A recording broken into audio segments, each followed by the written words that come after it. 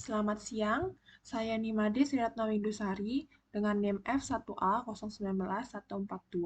Di sini saya akan melanjutkan asistensi yang keempat dan saya akan mulai menjelaskan kelanjutan dari tugas besar struktur kayu yang telah saya kerjakan.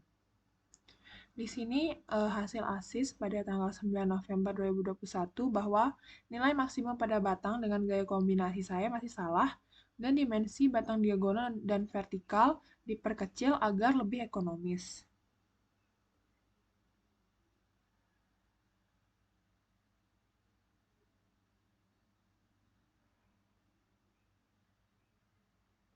Jadi di sini nilai maksimum pada beban kombinasi ini hasil perhitungan SAP sudah saya ganti. Untuk maksimumnya yang batang atas terdapat pada kombinasi 1,2D ditambah 1,6L di pada batang A2 yaitu 2742,37, di mana di sini termasuk gaya tekan. Untuk batang bawah yaitu 2648,93 terdapat pada kombinasi yang sama 1,2D tambah 1,6L pada batang B3. Di sini terdapat gaya tarik. Untuk pada batang diagonal yaitu tekan 666,25 itu pada kombinasi 1,2D ditambah 1,6L ditambah 0,8W pada batang D3. Untuk batang vertikal yaitu 802,71 gaya tarik dapat pada kombinasi 1,4D ditambah 1,6L pada batang V4. Selanjutnya di sini pada batang diagonal saya sudah mengganti dimensi batang kuda-kudanya menjadi 8/10 yang awalnya 8/14 agar di sini batang yang kita gunakan lebih ekonomis. Dan setelah dicek dimensi batang tersebut juga sudah memenuhi syarat atau kontrol. Sama juga untuk batang vertikalnya di sini saya gunakan 8/10 dan setelah dicek juga sudah kontrol. Tahap selanjutnya yaitu perencanaan sambungan kuda-kuda. Jadi di sini sudah saya gambar kuda-kuda saya. Di sini ada saya lingkari sambungan-sambungannya. Jadi yang akan saya jelaskan nanti adalah sambungan pada sebelah kiri karena yang sebelah kanan nilainya akan sama.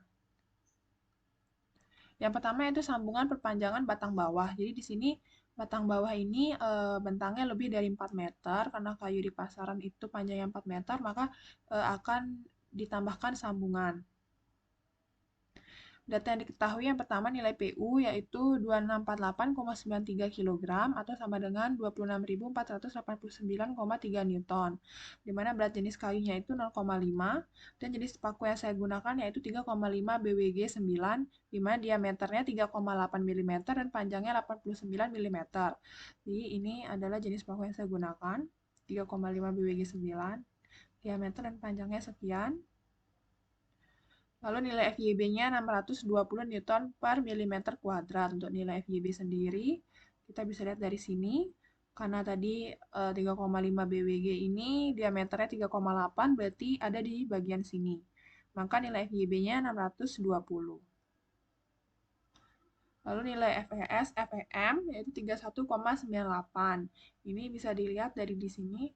Berat jenis kayunya tadi 0,5, maka FEM dan FES-nya yaitu 31,98.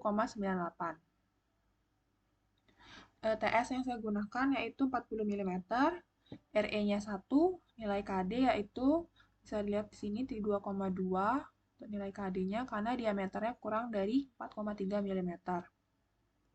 Di KD-nya 2,2 dan nilai P ini yaitu nilai panjangnya dikurang dengan TS-nya, maka didapatkan nilai P 49 mm.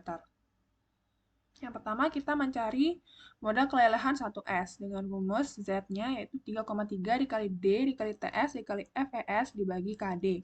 Dimasukkan nilai-nilai yang sudah kita ketahui di sini, maka didapatkan nilai Z yaitu 7291,44 Newton. Yang kedua, modal kelelehan 3M dengan rumus sebagai berikut. Dimasukkan nilai RE-nya 1, FYB-nya 620, D-nya 3,8, P-nya 49, FEM-nya 31,98. Dapatkan nilai K1 yaitu 1,057. Di sini nilai K1-nya dimasukkan untuk nilai Z dengan rumus sebagai berikut, dimasukkan nilai-nilai diketahui juga, maka didapatkan nilai Z modal kelelehan 3M yaitu 3148,45 Newton. Selanjutnya yaitu modal kelelehan 3S, rumusnya sebagai berikut, dimasukkan juga nilai-nilai yang sama yang sudah diketahui, didapatkan K2-nya 1,086.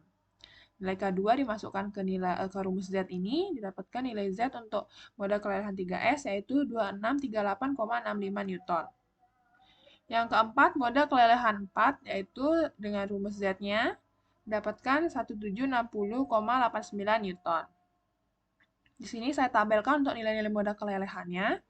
Jadi yang kita gunakan modal kelelehan itu yaitu nilai yang paling kecil di sini pada modal kelelehan 4 1760,89. Untuk tekanan lateralnya di sini saya gunakan 2 irisan, jadi nilainya itu dikali 2. Jadi nilai 1760,89 ini dikali 2 didapatkan 3521,785 Newton. Ini kita mencari tahan lateral izin satu paku atau ZU dengan nilai-nilai faktor koreksi sebagai berikut ini. Jadi nilai ZU-nya itu nilai Z yang ini 3521,785 dikali dengan nilai-nilai faktor koreksinya. Didapatkan nilai ZU 6080,01 Newton. Lalu kita kontrolkan, di sini nilai Z-nya harus lebih kecil dari nilai ZU. Jadi nilai Z-nya tadi yang 3521,785 ini sudah lebih kecil dari nilai ZU-nya. Maka di sini nilainya sudah sesuai. Selanjutnya yaitu menghitung jumlah kebutuhan paku dengan rumus PU per ZU. Jadi nilai PU yang di awal sudah diketahui tadi. Di sini dibagi dengan nilai ZU-nya. Didapatkan nilai 4,38. Jadi kita bulatkan ke atas, kita gunakan 6 buah paku. Ketentuan penempatan alat sambung paku. Di sini jarak-jarak minimalnya. Spasi dalam satu baris itu rumusnya 10 dikali D. D-nya tadi 3,8 diameter pakunya, maka dapatkan 38 mm. Kita bulatkan ke atas jadi 40 mm. Untuk jarak antar baris di sini 5 dikali D, dapatkan 19 mm, maka jadinya 20 mm. Jarak ujung 15 dikali D, karena di sini nilainya untuk nilai gaya batangnya itu, di sini batangnya tarik. Jadi di sini kita bisa lihat rumusnya untuk batang tarik itu, jarak ujungnya itu 15 dikali D. Nanti untuk yang tekan gayanya itu, jarak ujungnya itu rumusnya 10 dikali D. Jadi di sini nilainya itu 15 dikali D, maka dapatkan 57 mm, dibulatkan jadi 60 mm. Jarak tepi tidak dibebani, rumusnya 5D, jadi dapat 19 mm, maka jadinya 20 mm. Ini adalah gambar detail sambungan perpanjangan batang bawah, di mana di sini paku yang digunakan, paku 3,5 BWG 9, dengan jumlah paku 6. Selanjutnya yaitu sambungan pada simpul. Simpul 1 ini terdapat batang A1 dan B1. Data-data yang diketahui sama seperti sebelumnya, tapi di sini jenis paku yang saya gunakan yaitu 4 BWG 8. Di sini untuk gaya-gaya batangnya. Sama kita cari modal kelelehan 1S-nya, dapatkan nilai Z-nya itu 8058,96 Newton. Untuk modal kelelehan 3M, nilai Z-nya yaitu 4347 Newton. Modal kelelehan 3S, nilai Z-nya 2966,12 Newton. Modal kelelehan 4, 2151,12 Newton. Maka diambil nilai paling kecil yaitu pada modal kelelehan 4, 2151,12. Dikali 2 untuk 2 irisan, maka didapatkan 4302,237 Newton. Tahanan lateral izinnya, untuk nilai ZU-nya dimasukkan nilai Z-nya dikali dengan faktor koreksi. ZU-nya yaitu 7427,381 Newton. Lalu di sini dicek bahwa nilainya sudah sesuai. Dihitung jumlah kebutuhan pakunya, dapatkan nilai 3,6. Maka digunakan di sini untuk simpul S1 yaitu 4 buah paku. Penempatan alat sambungnya sama di sini untuk spasi dalam satu baris dengan rumus 10 dikali D, jarak antar baris 5 dikali D. Untuk jarak ujung di sini karena nilainya tekan, untuk tekan yaitu 10 dikali D, jarak ujungnya maka 10 dikali D. Jarak tepi tidak dibebani 5D. Sini adalah detail sambungan untuk S1. Selanjutnya simpul S2 dengan data-data yang ditulis di sini sama, dimasukkan juga nilai gaya-gaya pada batang-batang yang terdapat pada simpul S2. Dihitung juga mode kelelehan. Di sini mode kelelehannya untuk 1S, 3M, 3S, dan untuk mode kelelehan 4. Nilai paling rendah yaitu 2151,12 dikali 2, 4302,237 Newton. Lateral izin satu pakunya 7427,381. Lalu dicek sudah sesuai. Dan jumlah paku yang dibutuhkan yaitu 4 buah paku. Untuk penempatannya, nah ini adalah detail sambungan untuk S2. S4 dengan cara yang sama. Di sini mode kelelehan yang didapat yaitu 2151,12.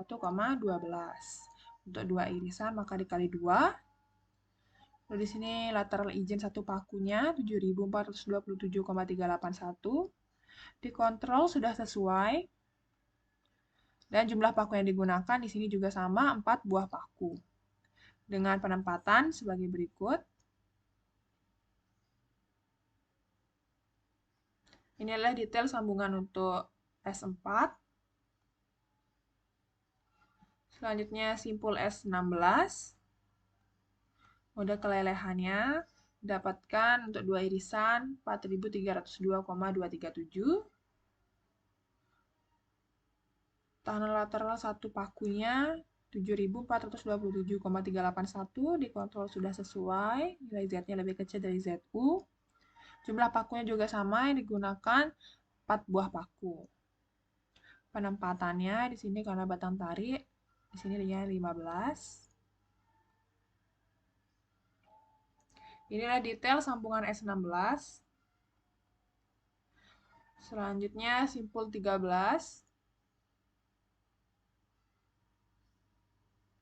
Setelah dicek juga sudah sesuai. Dan paku yang digunakan di sini 4 buah paku. Ini untuk detail S13. Simpul S5 di sini masih sama, jadi pakunya juga masih sama. Mode kelelehannya juga sama. Dikontrol juga sudah sesuai. Jumlah kebutuhan pakunya di sini 4. Di sini adalah detail sambungan S5. Bagian selanjutnya yaitu analisa kolom. Yang pertama, data yang diperlukan sebagai berikut. Yang kedua, kontrol persyaratan di mana L1 per D1, L1 yaitu 4000 mm dibagi dengan D1-nya 80 mm, sama dengan 50. L3 per D1, L3-nya 2000 dibagi 80 sama dengan 25. L2 per D2, L2-nya 4000 dibagi D2-nya 140 sama dengan 28,57. Karena nilai L1 per D1 lebih kecil dari 80, L3 per D1 lebih kecil dari 40, dan L2 per D2 lebih kecil dari 50, maka kontrol persyaratan ini sudah memenuhi syarat. Luas penampang bruto dengan rumus AG sama dengan 2 dikali D1 dikali D2, di mana D1-nya 80, D2-nya 140. Jadi AG adalah 22.400 mm². Momen inersia dengan rumus sebagai berikut, dimasukkan nilai D-nya 140, B-nya 80, di sini juga B-nya 80, D-nya 40. Didapatkan nilai I yaitu 155306666,7 mm². Untuk IX-nya sama, didapatkan nilai 365866666,67 mm². Yang kelima, jari-jari girasi atau R dengan rumus R sama dengan akar IX per AG. Dengan nilai IX yang sudah kita cari, dibagi dengan AG-nya. Didapatkan nilai 40,415 mm. Yang keenam, angka kelangsingan yaitu KE kali L bagi R. Sama dengan KE-nya 1, L-nya 4000, dan R-nya 40,415. Didapatkan nilai 98,973. Yang ketujuh, di sini ada nilai-nilai faktor-faktor koreksi. Yang kedelapan, menghitung kuat tekan FC aksen, di mana kuat tekan sejajar serat sama dengan 0,8 dikali FC tabel. FC tabelnya 13,2, maka FC-nya 10,56 MPa. Selanjutnya, kuat tekan mutu B, yaitu 0,75 dikali hasil dari FC sejajar serat ini, 10,56 dimasukkan, jadinya FC-nya itu 7,92 MPa. Sehingga FC aksen sama dengan nilai FC-nya dikali faktor koreksi, dapatkan nilai 5,0688 MPa. Yang kesembilan yaitu menghitung faktor stabilitas atau CP. Yang pertama, mencari nilai PO aksen dengan rumus AG dikali FC aksen. Dimasukkan nilai-nilai AG dan FC aksennya sudah kita ketahui dan kita didapatkan nilai 113,541 kN.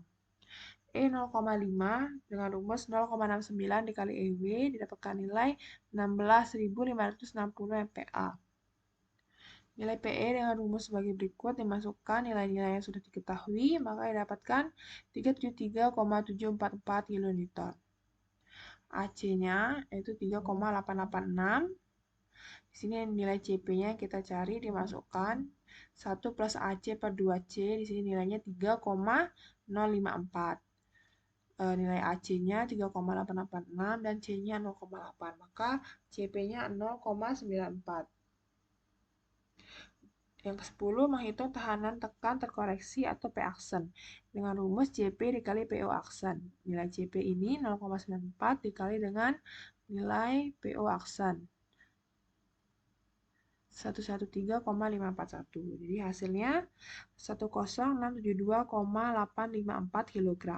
Dan syaratnya di sini P aksen harus lebih kecil dari PU, di mana P aksennya di sini sudah kita dapatkan dan nilai PU tadi sudah kita ketahui di atas di sini. Maka syaratnya sudah memenuhi. Sekian yang dapat saya jelaskan untuk asistensi saat ini. Mohon koreksi dan masukannya. Terima kasih.